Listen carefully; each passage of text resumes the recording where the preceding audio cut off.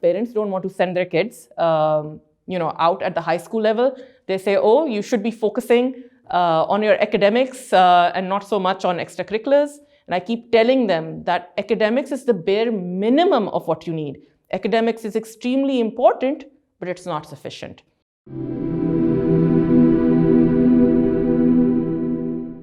Assalamu alaikum. My name is Shanza Khan, and I'm honored to be invited to talk to all of you here today. I feel that the journey that I have gone on, that God has gifted me, if pathways can open for somebody like me, there's no reason that any girl from Pakistan cannot achieve the same.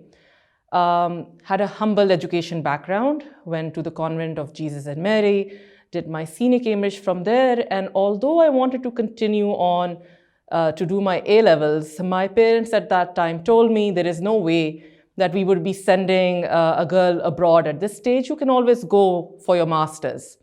And so with much reluctance, I got admission into Canada at that point in time, and very downcast that the doors had not opened for me. But as life happens, my mother was diagnosed with cancer, and myself and my two siblings were basically distributed amongst different relatives for the next 2 years. I ended up being sent to my chacha in South Dakota, in a very small town with 13,000 people. That's probably less than the number of people living in Kand, just to give you some perspective. And when I landed there, nobody knew where Pakistan even was. So I always had to say, it's the country next to India. So being in this really small town where I was the only brown person, I wasn't sure if I would be going back at that point or not. So I enrolled in the local community college called Mount Marty. And I convinced the dean over there that if you can let me just sit for particular courses, I will prove to you that I can handle the course load. So at that time, although I was just 16 years old, I started taking college courses. And lo and behold, because I didn't have anything else to do, and I am a bit of a nerd, I managed to complete an associate's degree in a year's time with full honors, and graduated to Emory University, which is in Atlanta, where I proceeded to get a summa cum laude at the age of 19 in economics. Part of this reason for hurrying up was because I wanted to get into the real world. I was very enthusiastic about starting my professional life, and my first job was with the Federal Reserve Bank in Atlanta, which I was very lucky to have because at the time when I was about to graduate, the dot-com bubble had burst, interviews that had lined up with McKinsey and Coke, everything vanished overnight.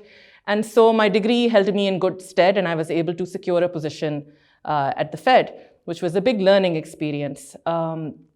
After that, I went to Washington, D.C., where I was the junior professional associate, the youngest person to be hired as a full-time staff at the age of 19. And afterwards, my boss, the person who hired me, because you're not supposed to declare your date of birth on your application, told me if he knew you were this young, we would never have hired you. So I spent the earlier part of my years hiding how young I was by wearing big glasses and by pretending to be much older than I actually was, which people now want to hide their age and pretend to be younger. I spent a substantial amount of time trying to be older than I was. The next years of my life were very much spent in the economic and development realm. I was with the World Bank. When I got married, I came to Pakistan and started working with the World Bank at Islamabad, followed by the Asian Development Bank. And I got admission into Harvard, which was my dream university ever since I was a young kid. And I had seen the movie With Honors when I was a teenager. And that kind of all started when I told my parents I wanted to study overseas. And my husband's visa got rejected. So with the full scholarship, I deferred 1 year, then another year. And then the third year, the university told me, if you don't come now, we are going to revoke the scholarship. By this point in time, I had a young baby as well. And so I must say, thanks to the immense support of my husband and my in-laws, I actually took my daughter and left to start my educational journey. And my husband was able to join me a year later, and he started doing his PhD so that we could both study and raise our daughter together. So for those young ladies out there who are thinking that once marriage takes place and the doors are closed, this message is for you that everything is still very much possible if you only reach out and get it. Post-Harvard, it's once again been a tremendous journey.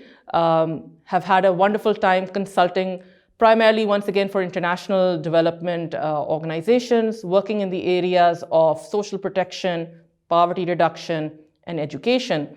And I came, most of this time I have been in Washington, D.C.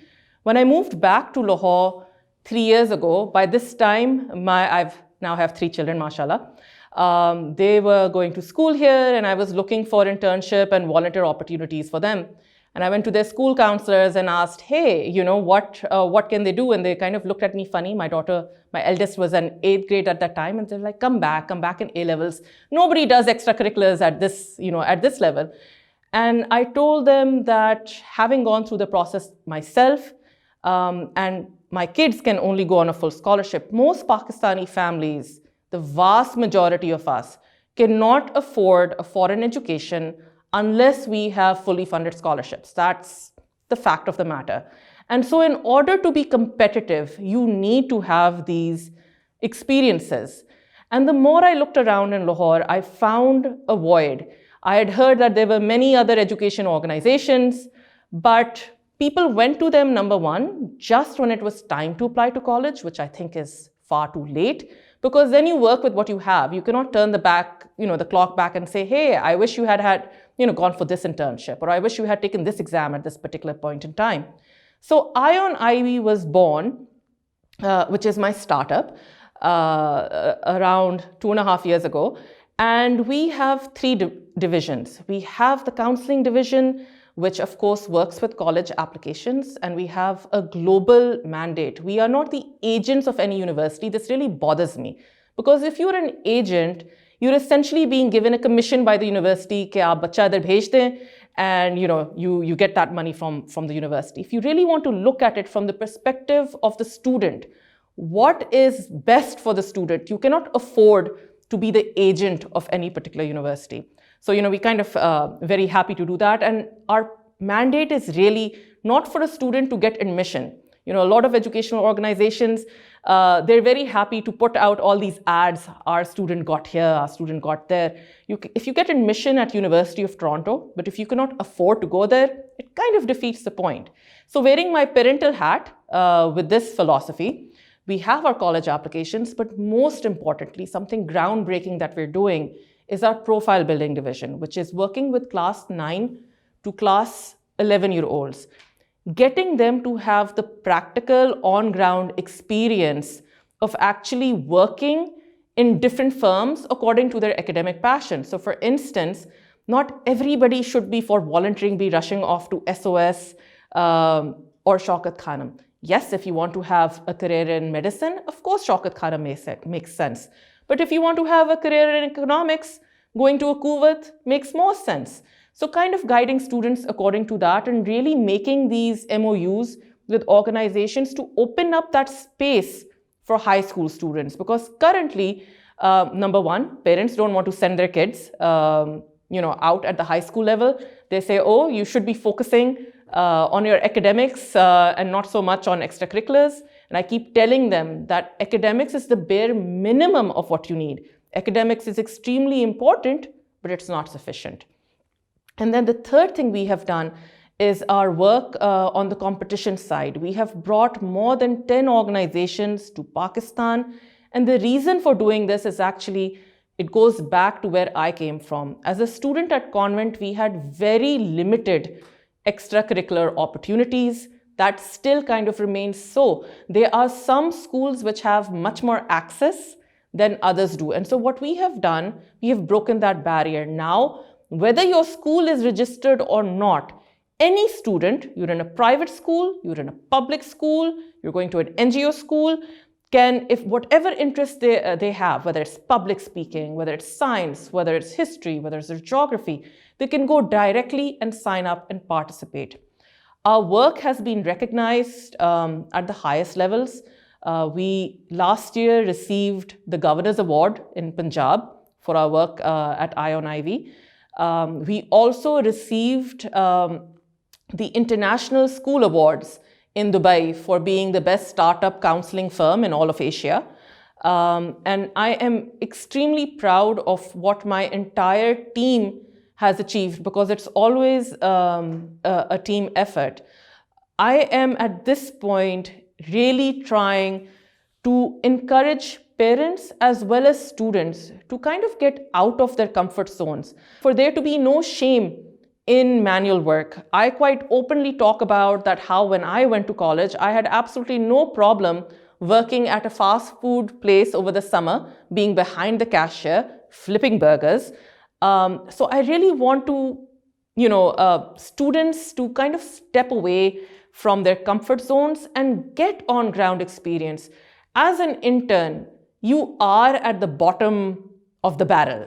You are essentially slave labor for an organization. But the way you need to think about it is how much you learn. Small things about the discipline, about being on time, about being punctual, how to greet and interact, depending on the environment. All of these things are so very important.